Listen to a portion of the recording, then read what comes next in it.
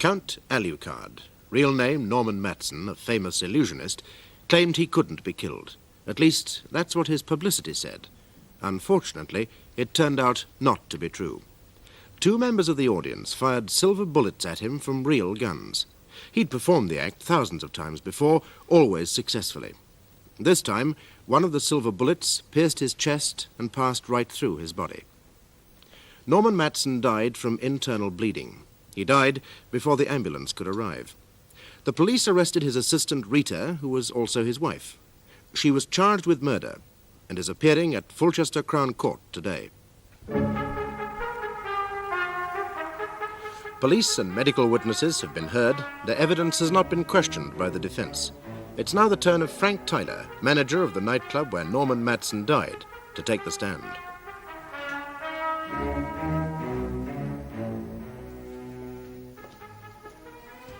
What is your religion? Siri. Take the testament in your right hand and read aloud the words on this card. I swear by Almighty God that the evidence I shall give shall be the truth, the whole truth, and nothing but the truth. You're Frank Tyler of 15 Benson Drive, Fulchester? Yes, sir. And you're the manager of the 501 Club, Chancellor Place, Fulchester? I am, Mr. Elliot. It was at your club, was it not, that Mr. Mattson was killed? Yes, sir. Most unfortunate business, too. Mr. Mattson, Norman Mattson, was a performer, was he not? An artiste? Well, he was an illusionist, actually, sir. Marvellous act. Would you describe the act for us, please, Mr. Tyler? Well, actually, sir, he didn't work under the name of Norman Mattson, actually, because that wasn't his stage name, like. What name did he appear under? Count Alucard, Your Honour. Alucard? Yeah, it's Dracula spelt backwards. D-R... Oh, so it is, yeah. Yeah, I think he got the idea from some of those dreadful old films they show late at night on the Boxer, you know. Dracula sometimes appears as Count Alucard. Indeed. It's a sort of disguise, I suppose, if you see what I mean, sir. Anyway, as I was saying, Norman had this marvellous act. I mean, he could follow a stripper and hold an audience like you've never seen. And what form did his act take? Well, it used to vary, sir, but basically what happened was that Norman used to come on in this old Dracula gear. And what gear would that be, Mr. Tyler? Well, it was a long black cloak, sir, and teeth. Teeth? Yeah, he used to use fangs. Yeah, he used to put false fangs in his mouth, sir. I mean, he was a vampire. And he was dressed all in black and a white dickie. Now, of course, he used all sorts of props, sir. He used the coffin and the wooden stake and, of course, the gun. He played the part of Dracula himself. Oh, and he was marvellous, Mr. Elliot. You should have seen his entrance. The lights used to go down and a spot would come on and pick it up. The coffin, I mean, he always made his entrance in the coffin. And then they'd put the coffin down, and then gradually the lid would slide to one side, and a hand would come out and grip the side of the coffin. Oh, it really got the audience going, sir. And what part did Mrs. Mattson take? Well, sir, Rita, that's Mrs. Mattson, she used to take volunteers from the audience. And they used 2 guns, sir, both muzzle loaders. The guns were not fakes, then? Oh, no, they were very real, sir. That was one of the reasons why Norman wouldn't let anyone touch his guns between the shows. I mean, he was very particular about his guns, sir. Fanatical, you might say. Members of the audience examined the guns? Yes, sir. What happened then? Well, then the guns were loaded, sir. By the audience? Yes, sir. What were they loaded with? With a black powder and then a silver bullet, sir. I mean, Rita used to take the bullets into the audience to have them marked so they could be identified later. Please go on. Well, then Norman, dressed up in this Dracula gear, used to throw his arms aside, and he had a white shirt front, sir. Just this one flash of white with all that black. And the 2 men who were going to fire at him, sir, were told by Rita to aim very, very carefully at that piece of white shirt front, sir. And then they used to fire, and Norman would sort of stagger. Oh, it was a marvellous effect, sir. Yeah. Very, very. But you see, suddenly 2 blotches of blood would appear on that shirt front. It was really very lifelike, sir. And then Norman would sort of clutch at his chest and pretend he was hurt, you know, and people used to think that he was. They thought something had gone wrong, you know. And then he'd spit these 2 silver bullets out of his mouth. Now, the same silver bullets that had been in the guns. Mr. Tyler, the same bullets? Well, they had the markings, sir. I mean, that was the puzzling part of the act. What used to happen next? Well, then Norman would rip away this blood-stained shirt, sir, and show the audience his chest, which was completely unmarked. Then he used to grab Rita, tear her dress half off, and sink his fangs into her throat. Blackout. A spectacular act. Oh, it was wonderful, Mr. Elliot. As I say, Norman was one of the greatest showmen I've ever seen in my born days. Did you know Mr. Mattson well? Yes, I think so, sir. Did he ever tell you how he performed this illusion with the silver bullets? He often said he would, but somehow he never did. Do you have any idea as to how it was done? Not really, no. I used to think it was something to do with the bullets. Yeah, but I don't see how it could have been, do you? Mrs. Mattson was his permanent assistant. Oh, yes, sir, he wouldn't go on without her, sir. He said it was too dangerous to work with anyone who didn't know the act. The night Norma Mattson was killed, did the act go exactly as you've just described it? More or less, sir. More or less? Was there a change in the routine of the act? Well, not actually a change, sir, but this time, Rita, she did load one of the guns herself. This was unusual. Well, I haven't seen her do it before, sir. And you've seen the act many times. Oh, yes, I mean, Norman's played for 2 weeks a year for the last 5 or 6 years at my club. Always with his wife as an assistant? Yes, sir. Always with the same act? Well, he used to vary the act a bit, but whenever they did this illusion with the bullets, it was never changed. He said it was far too dangerous to mess around with. Let's go back to the night of the shooting, please. Now, you say Mrs. Mattson loaded the gun herself. Yes, sir. Did she also fire the gun? Oh, no. She gave it to the volunteer and said, make sure you get him. Did both members of the audience fire together? Yes, sir. And Mr. Mattson was shot? Yeah, he sort of fell, sir, you know. To start off with, I thought he'd done it to sort of build up the effect, but well, after a minute he didn't say anything, and he was just groaning and all this blood, and well, I came on and helped drag him to the dressing room, and someone had rung up a doctor, sir, but Norman died before he got there. Did Mr. Mattson say anything to his wife? Yes, sir, he said what went wrong. Anything else? Well, yes, he did call Mrs. Mattson, if you'll forgive the expression, Your Honour, a bloody stupid cow. He thought it was her fault. Lord, the witness cannot possibly answer that question and shouldn't be asked it. Yes, Mr. Fry, I agree. The question is quite improper. As it please your lordship. Mr. Tyler, was there any other woman present where Mr. Mattson lay dying and said, "You bloody stupid cow"? No, sir, she was the only woman there. Are you aware of anything else to which he might have been referring apart from the shooting? No, sir. No. Now, you say you knew Mr. Mattson well. Yeah, pretty well, sir. What kind of man was he? Ah, he was the greatest performer I've ever seen. No, as a man, not professionally. I mean, did he have the reputation of being, say, faithful to his wife? Faithful? What? Norman? Faithful? Oh, no, God. No, he couldn't have been faithful to old harem of wives, sir. No, he was a right stallion, if you'll forgive the expression, Your Honour. Mr. Tyler, while not wishing to impair your natural fluency, I would be grateful if you would give your evidence in simple, unembellished language. Yes, sir, I'm sorry, sir. Was Mr. Mattson unfaithful with anyone at the club? Several? Several, to your certain knowledge?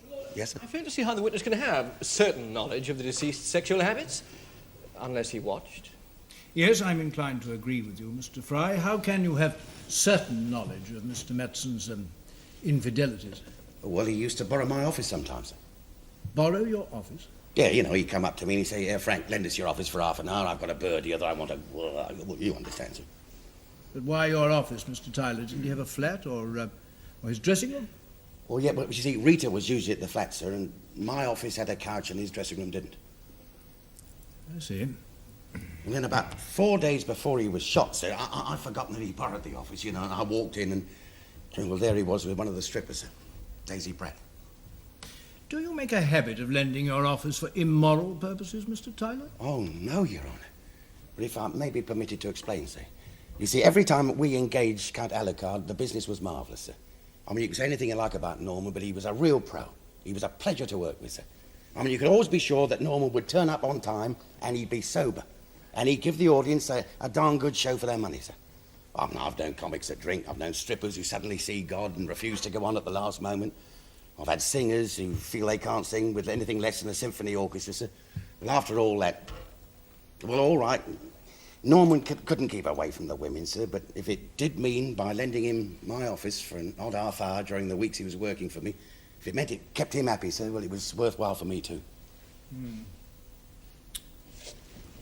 You said the deceased was unfaithful with several women. Did Mrs. Mattson ever say anything to you to indicate that she knew about this? Well, yeah, she caught him with one of the showgirls the night before he was shot, sir. In your office, Mr. Tyler? Oh, no, sir, no. I'm delighted to hear it. Yeah, Rita and Norman had a big row about it. Which showgirl was it?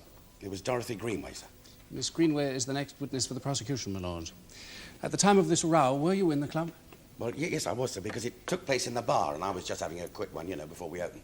You were then a witness? Well, I was involved, sir. Because, you see, Rita threw a drink at Norman. It was, well, it was gin, I think, sir. But it hit me. And, well, of course, I had to go and change before I let the customers in. And it was jolly lucky I had another dinner jacket hanging up in the office. Was Mrs. Mattson very angry? She was steaming, sir, steaming. Mr. Mattson, was he upset? Norman? Oh, no, he was very calm. He just drank his tomato juice. He would never have spirits before a show, so it's like to keep his wits about him, you know. And he laughed. He laughed. Well, of course, that made her mad. I mean, he just stood there and laughed, even when she said it. When Mrs. Mattson said what? When she said she'd kill him.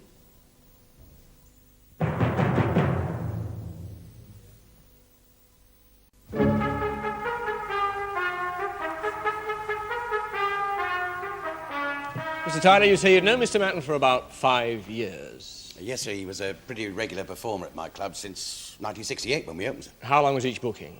Oh, a week, sir. We couldn't get him for more. He was always in great demand on the continent, sir. And how many times would you book him during a year? Oh, 2 or 3 times, sir. He was very popular. So you said. Was this last occasion the only time he'd had a row with his wife in your presence? No, sir, no. They had a bust-up every time. And were his affairs with other women the cause of these bust-ups? Yeah, well, as I say, he couldn't keep away from it. Had Mrs. Mattson ever threatened her husband in your presence before? Oh, several times, sir. Could you be more specific, please? Well, I'll try, sir. I mean, there was one time, it was last year, I think, that she went after him with a pair of scissors. Did she injure him at all? No. What happened? Well, he just grabbed her and belted her one. He struck her? Yes, sir. Were there other occasions? Yeah, lots. I don't know if I can remember them. There was once when she tried to hit him with a bottle of rubbing alcohol. And did Mr. Mattson protect himself? He gave her a black eye, sir. Oh, she had to use a lot of extra makeup on that eye that night.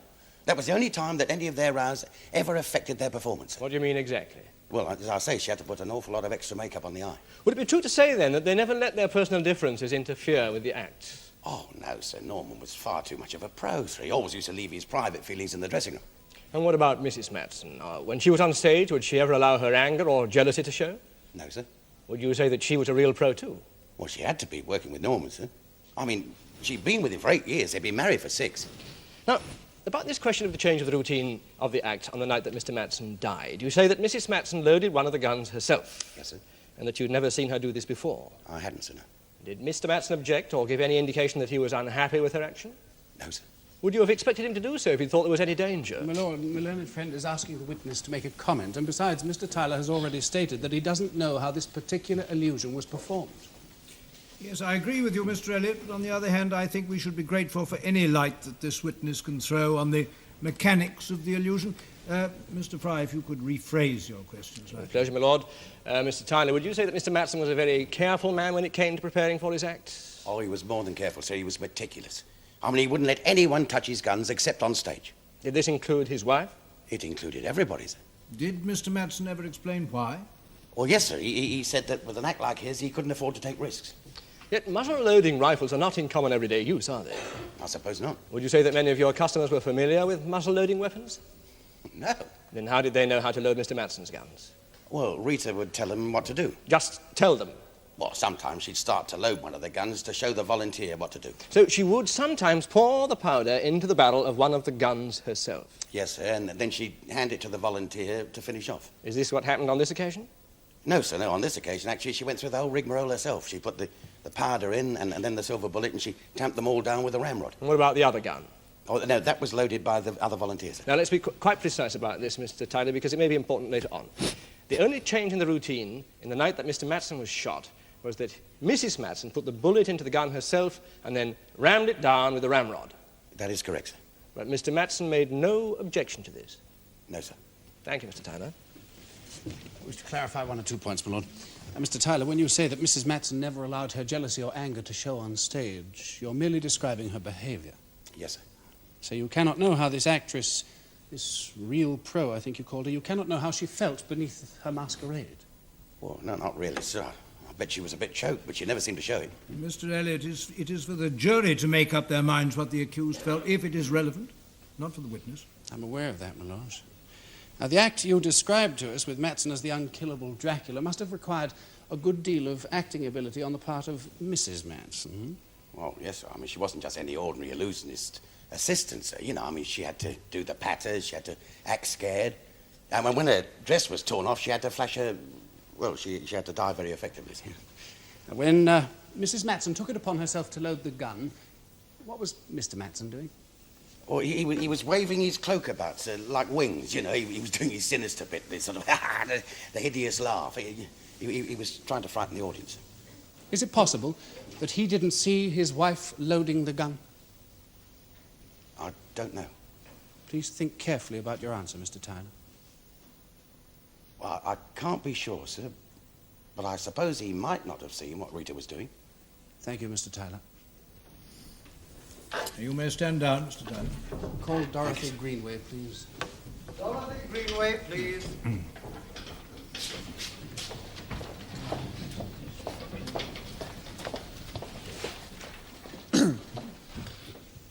What is your religion? Church of England. Take the testimony on your right hand and read aloud the words on this card. I swear by Almighty God that the evidence I shall give shall be the truth, the whole truth, and nothing but the truth. You're Miss Dorothy Greenway of 17A St Bernard's Road, Birmingham. I am. What is your profession, please? I'm a dancer. And how old are you? 22. How long had you known the deceased? 2 months. And where had you first met? We met at the Vegas Club in Newcastle. Norman was performing there. And was Mrs. Mattson with him? Yes. What was your relationship with Mr. Mattson? With all due respect, I really don't see how this can be relevant.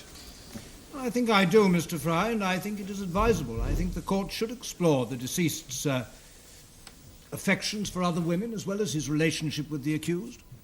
I'll repeat my question, Miss Greenway. What was your relationship with Mr. Mattson? We were going to be married. Mr. Mattson was married already. Yes, but he was going to get a divorce. The little cow's lying. Mrs. Mattson, I will stand for no interruptions when a witness is giving evidence. But she's lying. Norman wasn't going to leave me. Mrs. Mattson. I'm sorry, my lord. There will be no further repetition of this behaviour. No. Continue, Mr. Dealey. My lord. So Mr. Mattson told you that he wanted a divorce. Yes. Do you know if he'd mentioned this to Mrs. Mattson? Well, he told me he had. Well, had he? Well, I'm not sure. What makes you uncertain? Well, it was a row Rita and I had 2 days before she shot him. Now, Miss Greenway, you must not prejudge the evidence. It's the jury's duty and not yours to decide whether or not Mrs. Mattson shot her husband. Oh, I'm sorry, my lord. How did this row between you and Mrs. Mattson start? Well, she found Norman and me together. And what happened? Well, she started to scream and shout and get hysterical. And Norman slapped her face. Did you mention a divorce? Well, no. Actually, I did. You did? Well, yes, she said something about how I shouldn't get any ideas about her husband just because we were... Well, anyway, I said we were planning to get married as soon as the divorce came through. And what was her reaction to that? Well, she screamed even more and said I was mad. Said Norman would never leave her. I said he was going to after they'd finished that week at the 501. She said I wasn't going off with her husband. She'd kill him first. She actually said that she would kill her husband first. Yes. How did Mr. Mattson take this threat? Well, he wasn't there to hear it. He had walked off. And did you take the threat seriously? Oh, yes. Rita's got a violent temper. You've no idea. She just goes mad. Right. Miss Greenway, were you present the night that Norman Mattson was shot? Yes. Oh, it was awful. The bullet went right through him. Did you watch the act?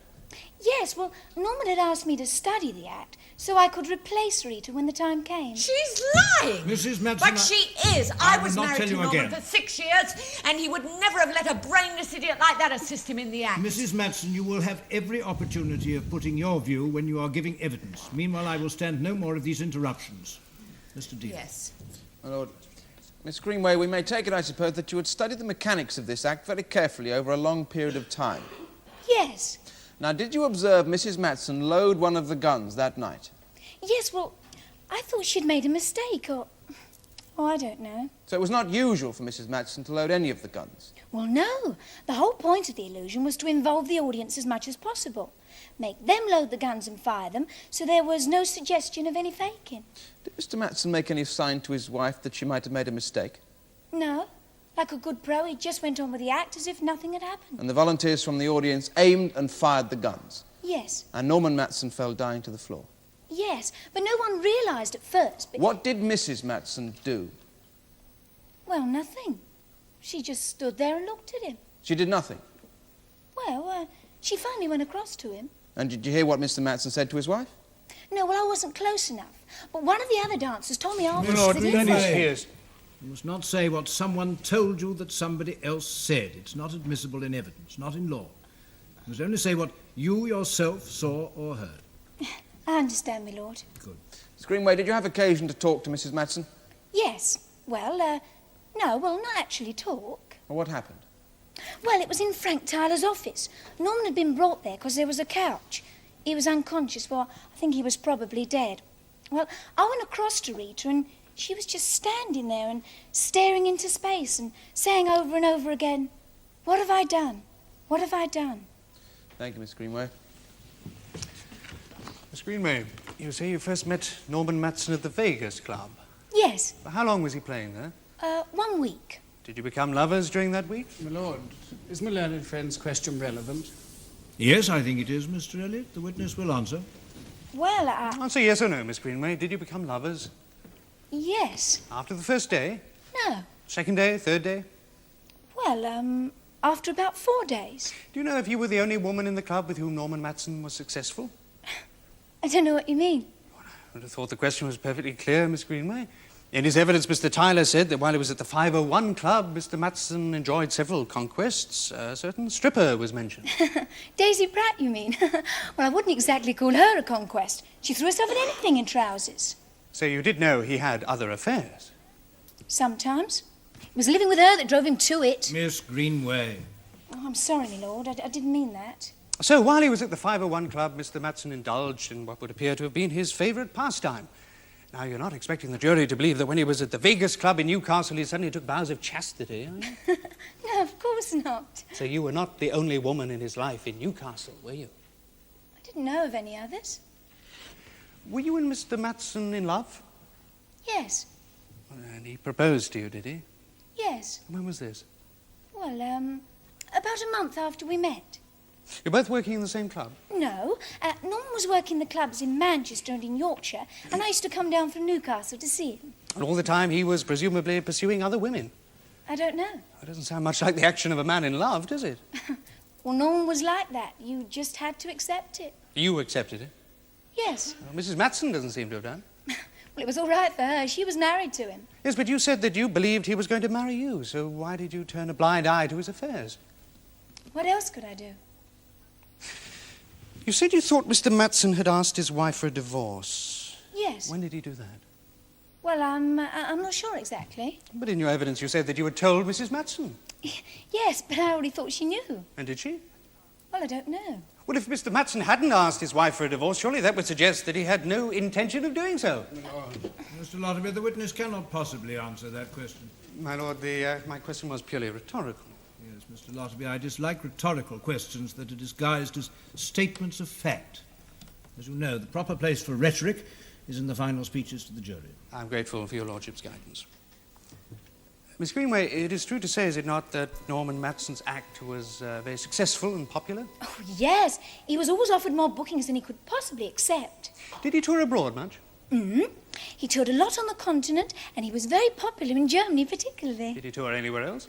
Well, I believed he toured America and South Africa and Australia. He must have made quite a lot of money.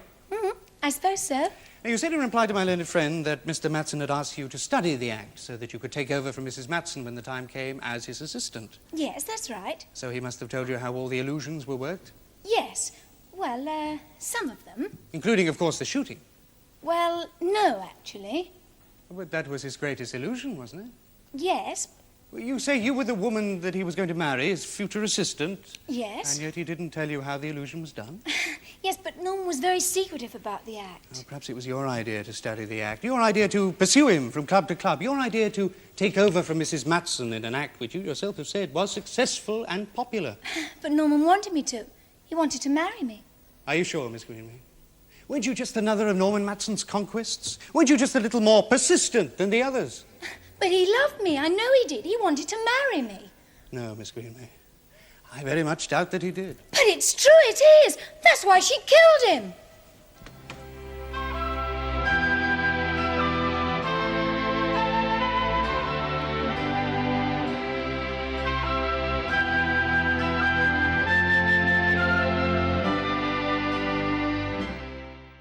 The case of the Queen versus Mattson will be resumed tomorrow in the Crown Court.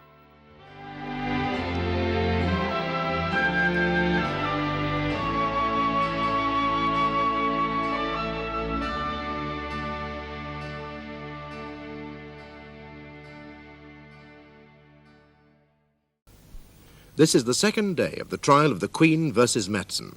The charge is murder. The question facing the jury is, did Rita Mattson kill her husband? Norman Mattson was a famous illusionist. As Count Alucard, he played clubs all over Europe and even toured America. The climax of the act came when Mattson was shot on stage. The guns were real, the bullets were silver. Miraculously, he survived. Until one night in the 501 Club in Fulchester, a bullet blew a hole in Norman Mattson's chest, killing him. What went wrong? Did Rita Mattson kill her husband?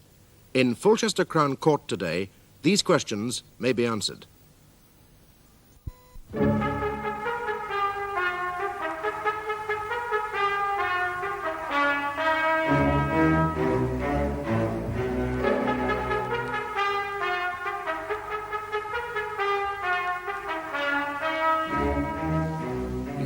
Kathleen Nolan?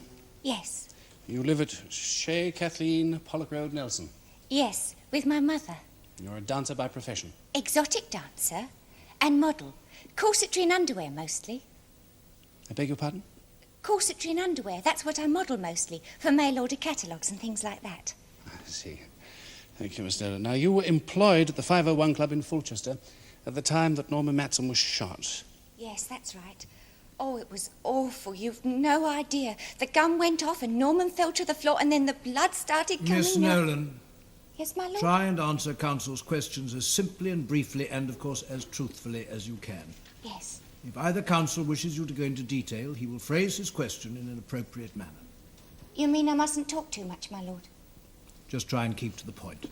I'm sorry. It's the first time I've given evidence anywhere before. I quite understand, Miss Nolan. Miss Nolan, you are, I believe, a friend of the accused, Mrs. Rita Mattson. Yes. Have you known her long? About 9 or 10 years. How did you meet? We started as dancers together in a pantomime in Bradford. It was Puss in... Do you want to know the name of the pantomime? Please tell us, Miss Nolan. It was Puss in Boots. Thank you. So you knew the defendant when she first met Norman Mattson? Yes. Mm-hmm. Where did she first meet him? At a club. We were both in the troupe that was dancing there, although I was already starting to do some solo exotic dances with some lovely fans. Sorry. That's all right. Mr. Mattson was a bachelor? Yes, I think so. Did he have an assistant at the time? Yes, Stella her name was. But he replaced Stella with the accused. Now, when was that? When we were in Newcastle. In fact, just after they'd met? Yes. You've remained friends with Mrs. Mattson? Yes. In fact, I used to see quite a lot of her when we were working the same clubs. Or if she was working in a town nearby, she'd come over and see me, or vice versa. You must have seen quite a lot of their marriage over the years. Yes. Not that it was much of a marriage, if you asked me. Why do you say that? Well, it wasn't Rita's fault. It's just that Norman was such a... Well, he didn't want a wife. He just wanted an unpaid assistant for the act. Would you say that the marriage was unhappy? Well, I don't know. So long as Rita let Norman carry on with whoever he fancied, whenever he fancied, they seemed to get on well enough.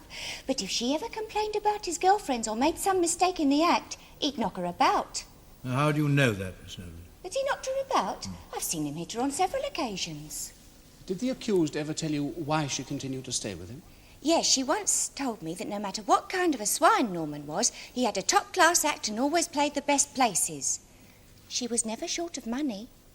Now, did you see her just prior to Norman Mattson's death? Yes. Did the defendant say anything to you about Miss Greenway's association with her husband?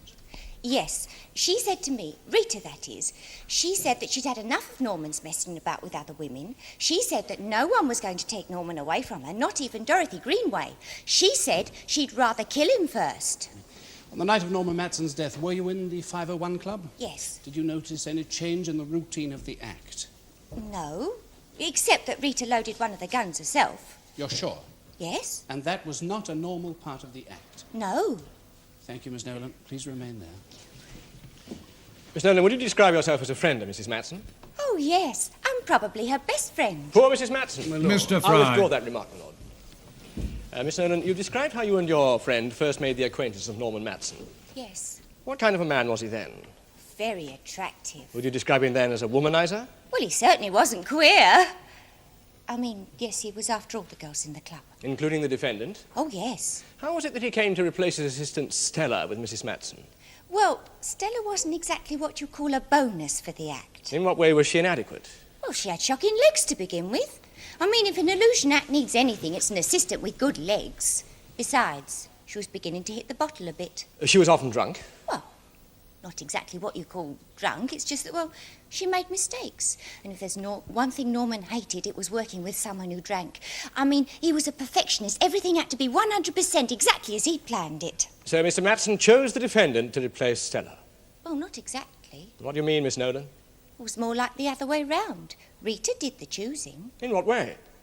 Well, she fancied him strongly. We all did. Anyway, it was always after all the girls.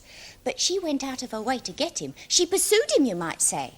I'm going to get him, Kath, she told me. And she did. How? Well, it wasn't right what she did. What did she do, Miss Nolan? She got Stella really drunk one night. Deliberately? Oh, yes. She knew Stella had been drinking already, and she took half a bottle of vodka into their dressing room. She told Stella it was her birthday and she was celebrating. It wasn't. Her birthday's in August. Are you sure about this half bottle of vodka? Oh, yes. She asked me to go out and buy it for her. You knew this was her intention at the time? No, she told me afterwards. Was her plan successful? Oh, yes. Stella made a right mess of things on stage, and Norman was raving mad. Like I said, he was a perfectionist. And so the defendant replaced Stella? Yes, for the very next performance. We all wondered why she'd been studying his act so closely. Of course, we realised later. Tell me, Miss Nolan, was Mr. Mattson your lover this time when you all met in Newcastle? Do I have to answer that, my lord? Yes, Miss Nolan. All right, yes. Did your association with Mr. Mattson continue? Continue? Continue up to and after his marriage to Mrs. Mattson? Yes. It wasn't a regular thing, though. Oh. Were you in love with Norman Mattson? No. He was a very attractive man, that's Now, all. you've described yourself as an exotic dancer and model. That's right. How much exotic dancing and modelling do you do? Well, it depends on how often I'm working. And how often is that? I don't know. Well, for example, are you working this week? Well, no. Were you working last week? No. Do you have any jobs coming up next week? Not that I know of, but The week after next? Yes, I'm doing some corset modelling. And how much will that pay? About £20, I suppose. So you spend a considerable portion of your career resting, I believe the term is. Well, I mean, show business is like that. Would my learned friend like to see the witness's insurance card, my lord? I would be grateful if you would come to the point, Mr. Fry. We're almost there, my lord. Mr. Nolan, would you say that the Mattsons had to rest very often? No. No. Norman was working all the time. A top-class act, you said, very successful. Yes. And your friend, Rita, was part of that act, and she played all the best clubs here and on the continent. Yes, but if you're suggesting that I was jealous... Weren't you, then- Miss Nolan? No. Isn't it jealousy that's coloured all your evidence in this court today? Certainly not. You said, and I quote you, Rita pursued him. That's right. Was it only Rita? Don't know what you mean. Well, I'd love to know who bought this half bottle of vodka that got Stella drunk. Whose idea was it? Rita's. Do you seriously expect the jury to believe that Rita turned around and said to you, go out and get half a bottle of vodka, I want to get Stella drunk so that I can take her place in the act? Oh, no, it didn't happen like that. I'm sure it didn't, Miss Nolan. Rita went after Norman Mattson with every intention of taking Stella's place in his act. She told you that? As good as. Did she tell you or did she not, Miss Nolan? Not in those words. Were you competing with her, Miss Nolan? No. Were you yourself hoping to replace Stella as Norman Mattson's assistant? No. Now, what about Mrs. Mattson's threat to her husband's life? Was this as vaguely expressed as her other alleged declarations of intent? She said she'd rather kill him first. Were those her precise words? Near enough. You'll have to do better than that, Miss Nolan. Did she say, I'll kill my husband first before I let him go off with another woman? Well, perhaps not in those exact words, but... And what about your assertion that for Mrs. Mattson to load the gun was a complete change in the routine of the act? Is that also an exaggeration? No. You sure? Yes. How many times have you seen the act performed, Miss Nolan? Well, dozens of times. What do you mean dozens of times? 24, 36, 48? I've told you dozens of times. But you didn't see the act every time it was performed, did you? Well, no, of course not. So how can you be sure, then, that on occasion Mrs. Mattson did not load one or even both of the guns? I suppose I can't. Thank you, Miss Nolan. Miss Nolan, as a professional yourself, would you say that it's usual for a carefully drilled act like the Mattsons to vary greatly from performance to performance? No, they rehearsed several variations using different illusions and so on, but the basic framework didn't alter, and the build-up to the shooting was always the same. Now, Miss Nolan, is there any reason why you should be jealous of Rita Mattson? No.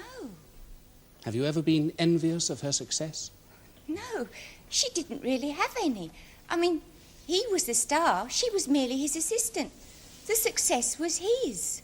Thank you very much, Miss Nolan. You may stand down, Miss Nolan. That concludes the case for the prosecution, my lord.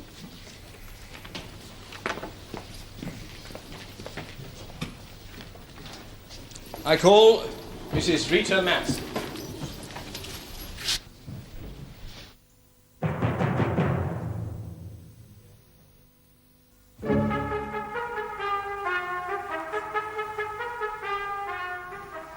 You are Mrs. Rita Elaine Mattson of 22 Lavender Way, Scarborough. I am. Widow of Norman Mattson. Yes. Mrs. Mattson, you were on stage with your husband when he was shot.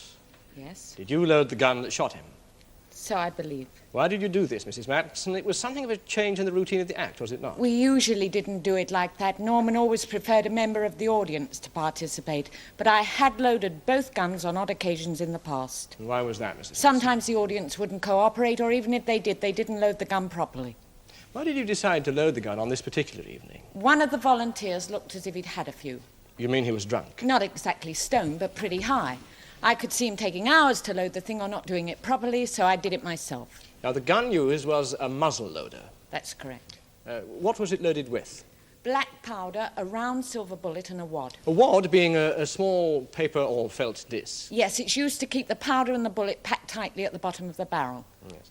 Mrs. Mattson, how many times had you assisted your husband in the performance of this particular illusion? I can't give the exact number, but it must be well over 2,000 times. Had anything ever gone wrong with it before? No, never. Mind you, that was probably because Norman was absolutely meticulous about all his props and equipment. He did all his own maintenance, and he wouldn't allow anybody to touch anything. Not even you? Certainly not me. He wouldn't even let me in the room when he was cleaning the guns. So it is a fact, then, that you never got to examine the guns closely? No, I used to hand them over to be loaded during the act or load one myself, but that's as far as it went. Did you know how all his illusions worked? Some of them I did, but not all of them. Did you know how his trick with the guns was done? No. But surely, Mrs. Mattson, in order to assist in the act, you must have known what to do. Oh, I knew what I had to do, my lord. Norman saw to that, but I never knew why. But you mean to say that after 6 years of marriage, 8 years acting as his assistant, he never told you, never hinted in any way how the illusion was done? No, my lord, and that's the truth. It must have made the work of an assistant extremely difficult. Oh, it did, because you were never sure why you were doing a certain thing, whether it was for dramatic effect or because an illusion wouldn't work if you didn't do a particular thing. Well, didn't you ask your husband? Yes, but Norman was unbelievably secretive. He was terrified that somebody would steal his ideas. What you don't know, you can't tell, he used to say. Mind you, it wasn't as daft as it sounds. What do you mean, Mrs. Mattson? If an assistant isn't sure what is or isn't important in an act, then you've got to go right through the whole thing, every performance exactly as laid down. You can't start cutting corners, improvising, or getting careless. So you feel that perhaps his excessive fear of plagiarism actually helped the act? Yes, in a strange way it did. Thank you, Lord. Mrs. Mattson, you've heard Miss Nolan and Miss Greenway admit to having affairs with your husband. Yes? Did you know about these affairs? Yes. What was your reaction? Well, I didn't like it, if that's what you mean. Did you do anything about them? Yes, I complained to Norman. And what happened? He hit me. Did your husband often strike you? No, not often. I mean, to hear people talk, you think that Norman beat me up all the time and laid off every woman in sight. But it's all a big exaggeration. Most of the time, Norman was generous, affectionate, an easy-going man. He was fun. He was wonderful to work with and a great artist. Were you in love with your husband? Well, I suppose I must have been. I stayed with him for 8 years. I'd you ever still be with him now if he hadn't been killed. Did you ever contemplate divorce? No, Did you ever think of leaving him? frequently. But you didn't. No. Mrs. Mattson, you've heard Miss Nolan's description of your first meeting and involvement with Norman Mattson. Yes. Is that an accurate description? Is that how it all happened? No. Well, yes, it's part of the truth. Now, you and Miss Nolan were dancing in the same club where Norman Mattson was topping the bill. Yes. Did you plan to replace his assistant at the time, Stella, in the way that Miss Nolan has suggested? By means of the vodka? Yeah. Yes and no. What do you mean exactly? I went out and bought the vodka, but it was Miss Nolan's money that paid for it. And the whole idea was dreamed up by another dancer in the show, Julie something or other. I can't remember her name. None of us liked Stella, and we all fancied Norman. But in the end, when it came down to it, Norman chose me. It was his choice. You've heard Miss Greenway suggest that she was being groomed, I think the word is, to replace you as his assistant. Groomed by Mr. Mattson. Yes, well, Dolly Greenway has a very vivid imagination. So you had no reason to believe that your husband was planning to replace you? I know he wasn't. How can you be so sure, Mrs. Because Mattson? I knew my husband. Would you explain, please? Look, Norman spent years polishing and perfecting the act. There wasn't an illusionist in Europe who could touch him. We played the Lido in Paris, Las Vegas, all over. He was the tops. But it was a difficult act to perform. It needed precision, split-second timing. There was so much that could go wrong. Now, do you think for 1 minute he's going to throw that all away, all those years of work, because he wanted to make some little scrubber who he'd only known for a couple of months into his assistant? Oh, no. If Norman had been planning to replace me in the act with this little Miss Greenway, he would have been rehearsing with her every morning and afternoon for months, not having it off with her in Frankie Tyler's office.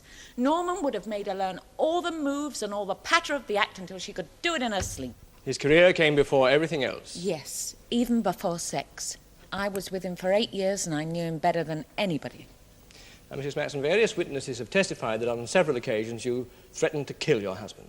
Yes. You admit making those threats? Yes, I also threw things at him, but it didn't mean anything. Would you describe your marriage as unhappy then? No, not really. It was just that we both needed to let off steam occasionally. We shouted at each other, said things that we didn't mean. That's the way we were. Thank you, Mrs. Mattson. Would you stay there, please? Mrs. Mattson, would you describe yourself as a woman of violent temper? No, not violent. Yet in the course of various marital rows, you've threatened to kill your husband. Yes, I've already explained Yes, that. yes, that you wanted to let off steam occasionally. Yes. That would suggest the existence of considerable pressure. Well, there was bound to be some pressure. Because of your husband's infidelities? Not only that, we were Well, two it wasn't help. I'm sorry, please go on. We were two people who lived and worked together. Some friction's bound to be expected. But it wasn't helped by your husband's fondness for the opposite sex, now was it? No, I suppose it wasn't. Now, throughout your evidence, Mrs. Mattson, you've been at pains to impress the court that your husband was a showman first, and only incidentally a lecher. Yes. A perfectionist, he's been described Yes, that's as. true. He would sacrifice anything or anyone to improve the act. Yes. Even you, Mrs. Mattson?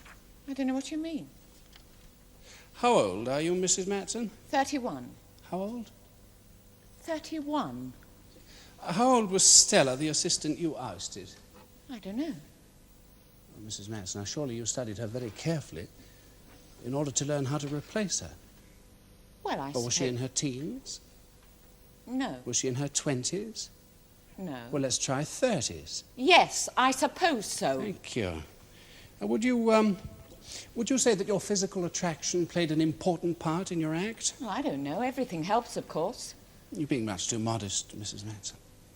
Much too modest. I have here a photograph of you taken by a club photographer. Exhibit number 1, my lord. Now, it shows a point in your act, does it not, when your husband, as Count Dracula, prepares to tear your dress off and bury his fangs in your neck. Yes. It would seem to necessitate a considerable exposure of your person. Yes. When was this photograph taken? I don't know. Don't you? I do, Mrs. Mattson. 6 years ago at a nightclub in Brussels. That's right, isn't it? Yes, I think so. Yes. Now, you knew your husband was looking for a younger and more attractive assistant, didn't you? No. I put it to you, Mrs. Mattson, that Stella was replaced for precisely that reason. And you were terrified of proving equally expendable. I was his wife. Miss Greenway says he wanted a divorce. She's lying. You wouldn't be the first wife to have eliminated her husband so as to prevent another woman from marrying him. But that's murder. Just what you're charged with, Mrs. Mattson. You've also been at pains to impress this court with the intricacy of your husband's illusions. That's right. No one, you've said, could hope to learn how to become your husband's assistant without months of rehearsal. Well, you try being shot at 6 nights a week with live bullets. Yet you took Stella's place at very short notice, didn't you? The act was much simpler in those days. Yes, but the gun routine was still a part of the act, wasn't it? I can't remember. It may have... Mrs. Mattson, was the gun routine a part of the act then, or was it not? Yes! Yes, thank you very much. A routine that you insist that even after 8 years, you still don't understand. I don't know how the illusion is done. You can't have it both ways, Mrs. Mattson. I don't know what you mean. If you don't know how the illusion was done, then it follows, does it not, that no great skill or intelligence was required of your husband's assistance. Now, if, on the other hand, months of rehearsal were required, plus skill and intelligence, then it also follows, does it not, that you must have known how the shooting illusion was performed. And when you loaded the gun that night in the 501 Club, you thereby intended to kill your husband.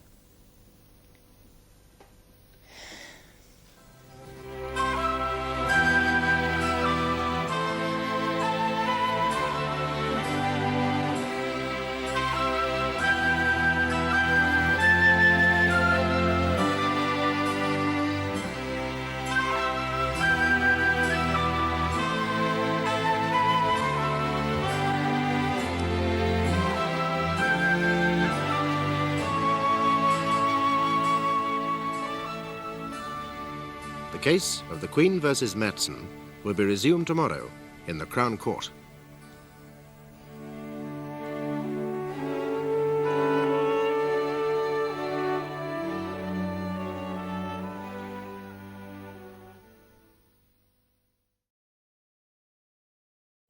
An accident or murder?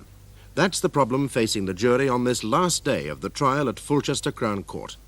Did Rita Mattson kill her husband, nightclub illusionist Norman Mattson, or did something go fatally wrong in the spectacular act that made his reputation? The climax of the act came when Mattson, dressed as Count Dracula, was shot at with silver bullets by two members of the audience. The guns were real. So were the bullets. One night, something went wrong. The gun fired as usual. Norman Mattson fell dead. Today, the jury decide, murder or accident.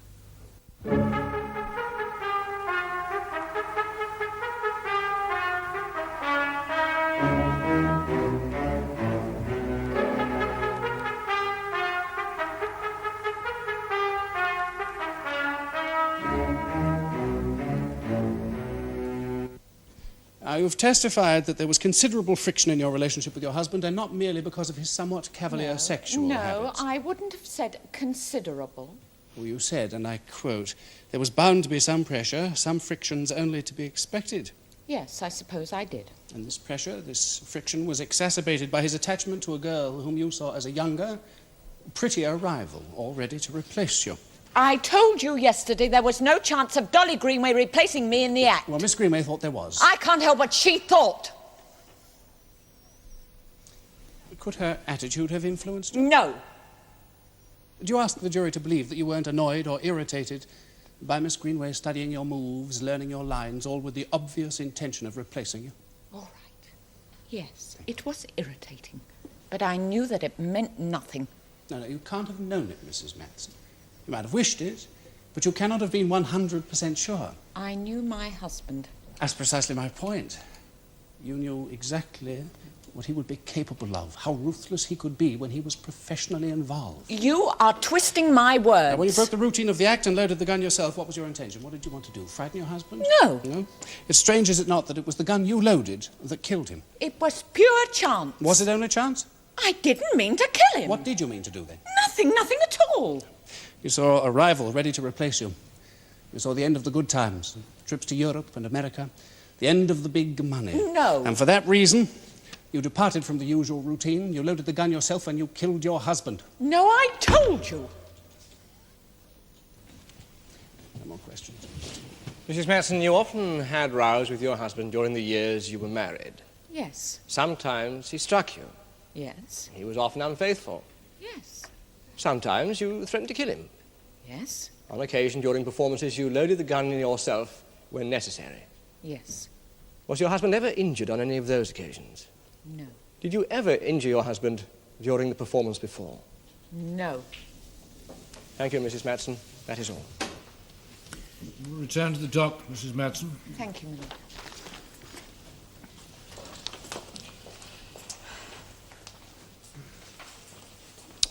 Call Brigadier Tennyson Pusey.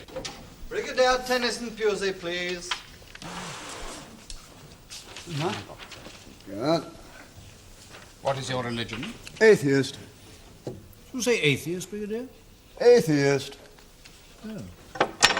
Please read aloud the words on this card. Just hang on a sec. I do solemnly, sincerely, and truly declare and affirm that the evidence I shall give shall be the truth, the whole truth, and nothing but the truth. You are Brigadier Sir Ferdinand Tennyson Pusey? Yes? Of McDewey Castle, Drummore? Yes? Brigadier, you've examined the guns employed by the late Norman Mattson in his act. When the Home Office finally consented to release them, yes. Would you be kind enough to tell us something about these guns? Yes. Have we the weapons in court? Could we see Exhibit 2 first, please? You don't object, my lord? No, Brigadier, it might prove helpful to the jury. Thank you. Good. This is a weapon made specially for Mr. Mattson by Patterson and Macready of Edinburgh. It's a copy of an early 19th century fowling piece. A very nice weapon. Is it a shotgun, Brigadier?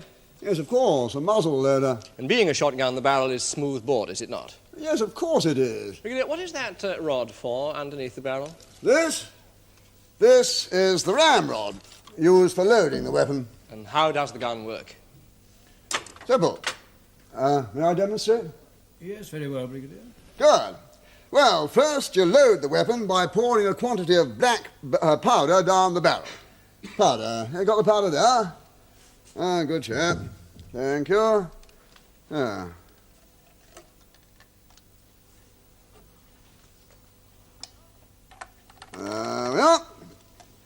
next, you put in the ridiculous silver bullet.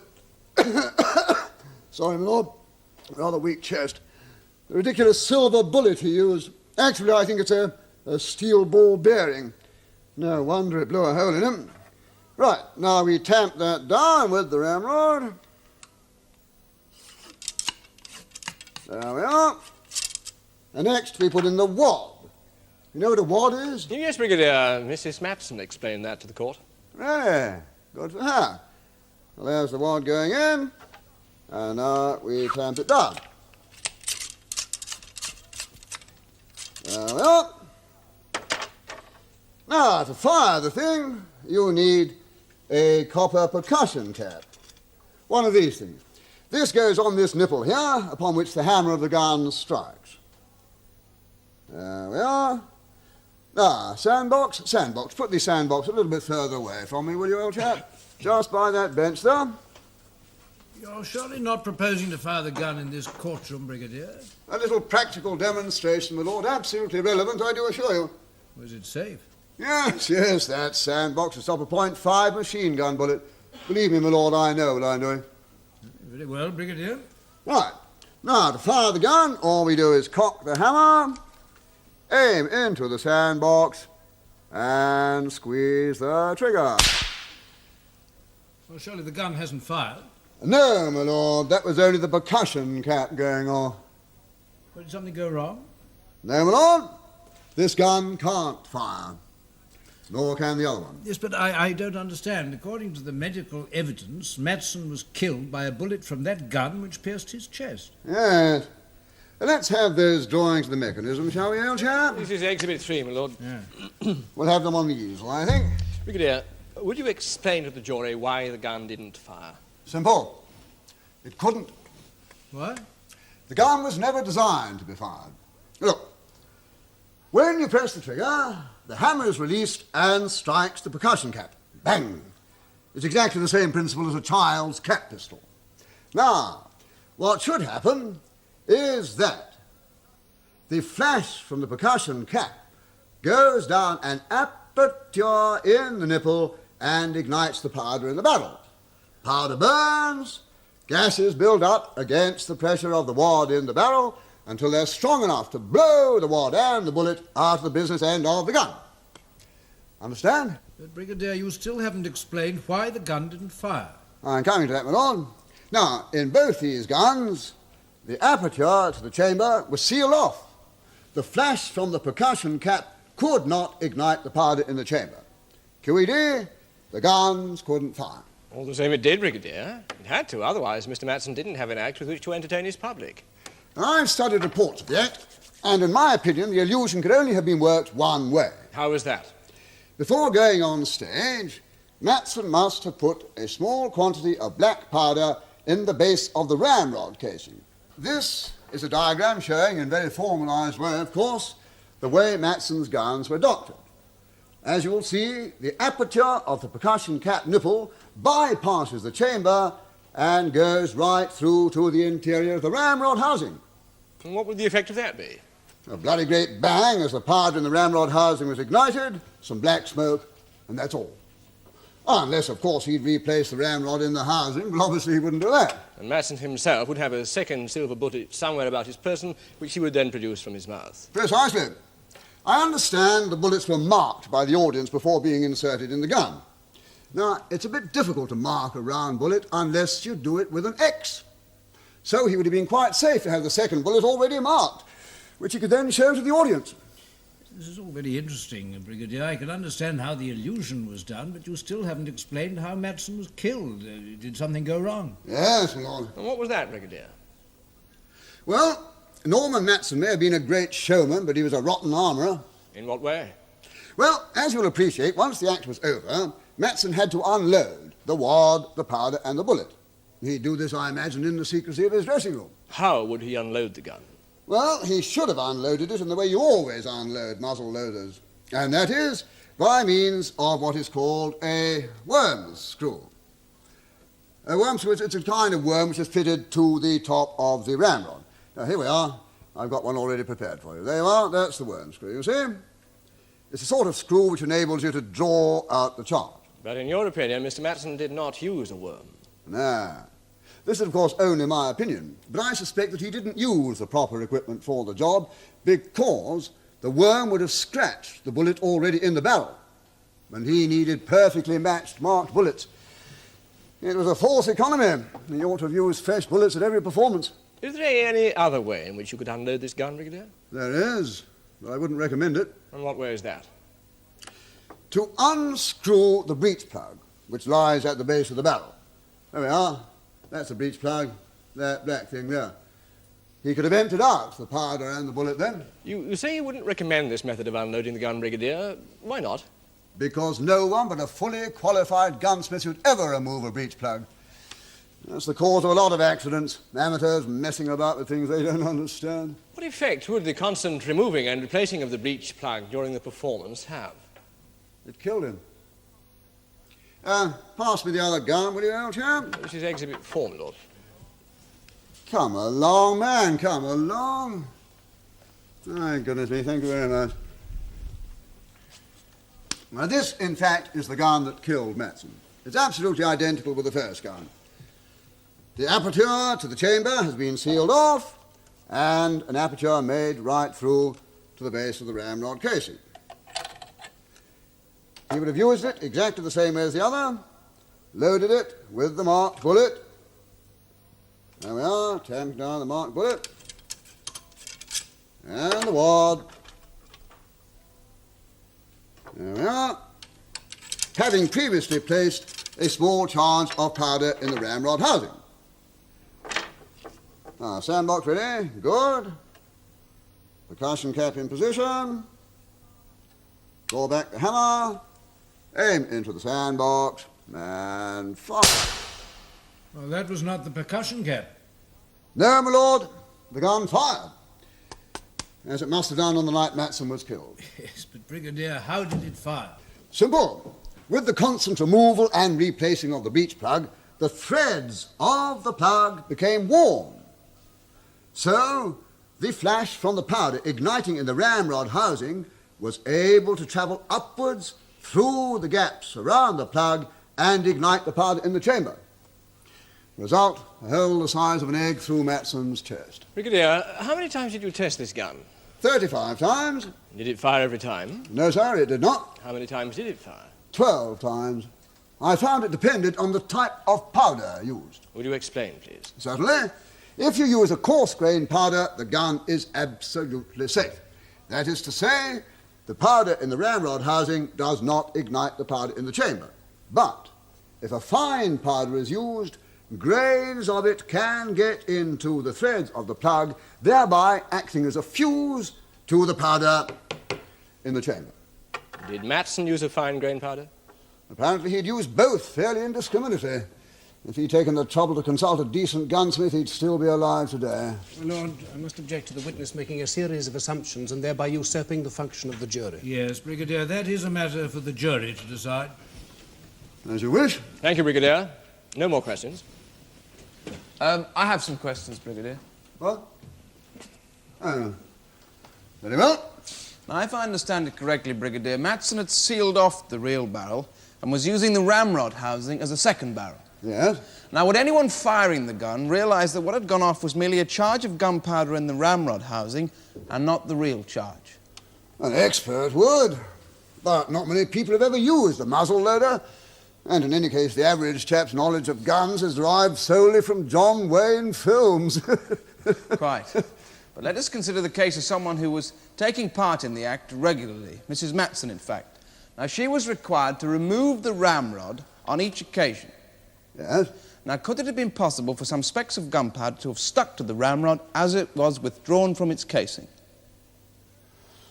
Possibly, hard to say. Let me put the question another way, Brigadier. Could you say definitely that some gunpowder could not have stuck to the ramrod? No, of course I can't. And if some gunpowder had stuck to the ramrod, would it have been noticeable to someone using the gun? Could they have seen the black specks on the ramrod? Yes, I suppose so. And in your opinion, Brigadier, would this have been sufficient to have given the game away to someone with any knowledge of guns? Could they have guessed how the illusion was done? That's a damn silly thing to ask me. How am I supposed to answer a Mr. hypothetical... Daly, I don't see how the witness can answer that question. I shall rephrase the question, my lord. Brigadier, if you had seen black specks of gunpowder sticking to that ramrod, would you have guessed what was going on? Yes. Would any gun expert? Anyone with a ha'porth of intelligence, yes. Brigadier, do you know any women knowledgeable about guns? Knowledgeable enough to have come to the same conclusions that you have come to?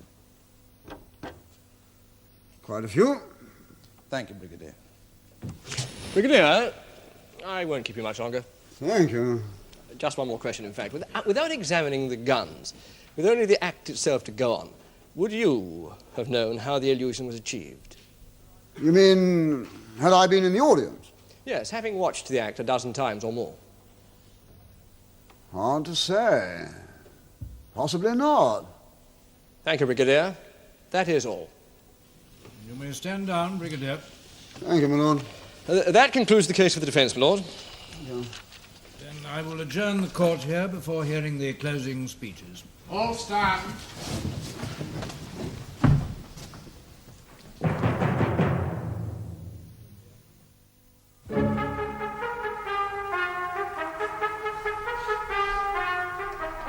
All stand.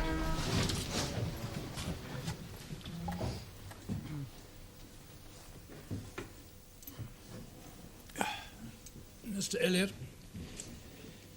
Please, my lord, members of the jury, the first and foremost duty before this court is to seek out the truth.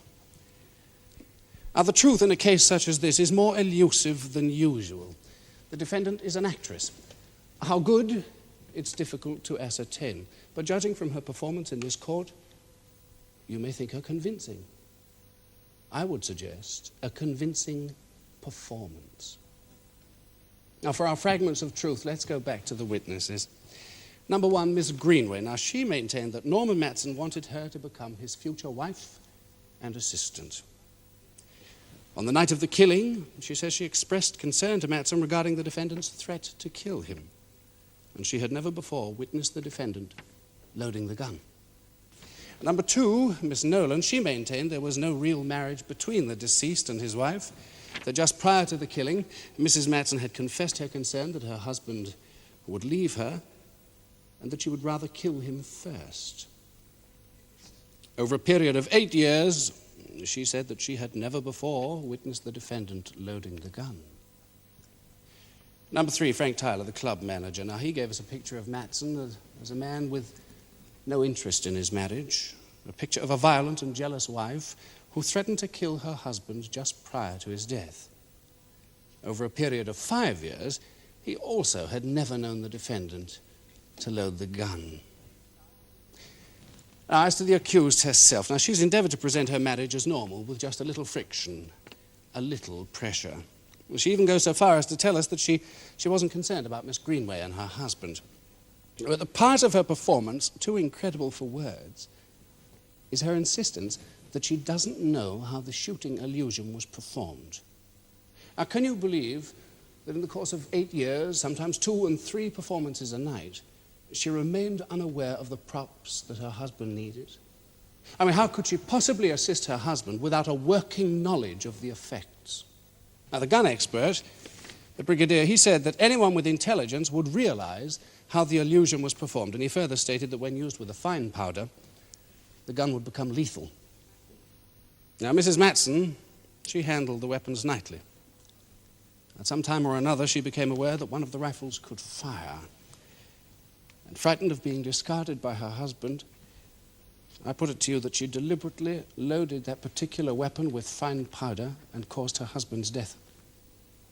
So based on the evidence and on the balance of probabilities, I urge you to find Mrs. Mattson guilty of murder. Thank you, my lord. Mr. Fry. May it please your lordship, members of the jury, guesswork has no place in a court of law. We are not concerned with the balance of probabilities. It is our duty to examine what evidence we can find and draw our conclusions from the facts alone. My learned friend's speech was, as always, eloquent and impressive, but we must not allow this eloquence to disguise the poverty of his case. His speech was full of conjecture. Proof, however, he totally failed to bring. And yet, the facts are clear. Mrs. Mattson did load the gun that killed her husband, but it was by no means the first time that she'd done so. Norman Mattson was killed by a bullet from that gun, yet his wife neither aimed it nor pulled the trigger. The gun was defective, but the prosecution have been unable to prove that Mrs. Mattson knew of the defect, and this is vitally important, members of the jury, since her husband, who was obsessively careful about his props, was clearly unaware of it. How can Mrs. Mattson have known that the gun mechanism was defective? Her only handling of it came during the act on stage, when she passed it to a member of the audience and sometimes helped to load it. She would have been astute indeed if she could have worked out during this that the gun could be made to fire if it was primed with one sort of powder rather than another. Anything else you've heard is, I submit, irrelevant. Mrs. Mattson's character, her husband's infidelities, have no bearing on the case. Oh, certainly she threatened him, and with cause. His treatment of her was appalling. And yet the marriage had survived for 6 years, during which, from all we've heard, Mr. Mattson persistently had affairs with other women, and we only have Miss Greenway's unsupported testimony that he was looking for divorce. But to return to the central fact that the mechanism of the gun was faulty and therefore capable of firing the bullet, do you not think that anybody sharp enough to work out how the gun could be made to fire would also be sharp enough to realize that the police would have this gun expertly examined, and that such an examination would be bound to draw attention to the one person besides Norman Mattson regularly in a position to handle the gun? Do you not think that anybody that sharp would take care to avoid suspicion, not invite it? In any case, members of the jury, you've seen the defendant, you heard her speak. She is direct, open, quick-tempered, but she's not cunning. You can imagine her rowing with an unfaithful husband. You can believe that she said, I'll kill you if you'll go off with that little girl. I do not think that you can see her working out and executing an ingenious scheme of murder. Does it make sense that she would even contemplate it? Do you think that after 8 years of putting up with her husband's infidelities, 8 years in which she had perfected her function in his stage act, she would choose to destroy her means of livelihood by killing the man who so brilliantly provided it? Members of the jury, there is no proof that my client was, except in the most unfortunate and incidental way, even involved in her husband's death. In the absence of any proof, therefore, I submit there is only one verdict open to you. Not guilty. Now, members of the jury, you have heard the case for the prosecution and the defense. I do not propose to repeat counsel's arguments, which have been cogently presented. My duty is to instruct you on points of law which may arise. Now, firstly, members of the jury, let me impress upon you that in order to find the defendant guilty, you must be convinced beyond all reasonable doubt that Mrs. Mattson intended to kill or cause grievous bodily harm to her husband. Now, you're not required to accept the evidence of the defense. It's enough to doubt the evidence of the prosecution. So the questions really are, did Mrs. Mattson know that secret of the trick? Did she further know that the gun could be made to fire? And did she load the gun with fine powder in order to make it fire? Or was his death the result of pure accident for which she was in no way responsible. Only you, members of the jury, can decide. You will now retire and consider your verdict. All stand.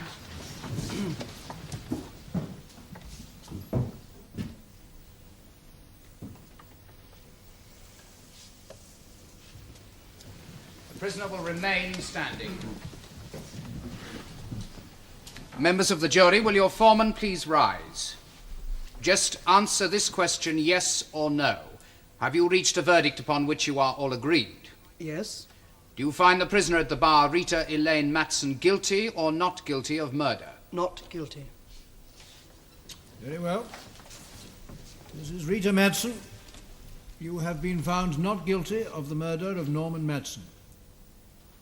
You are free to go. The court will rise.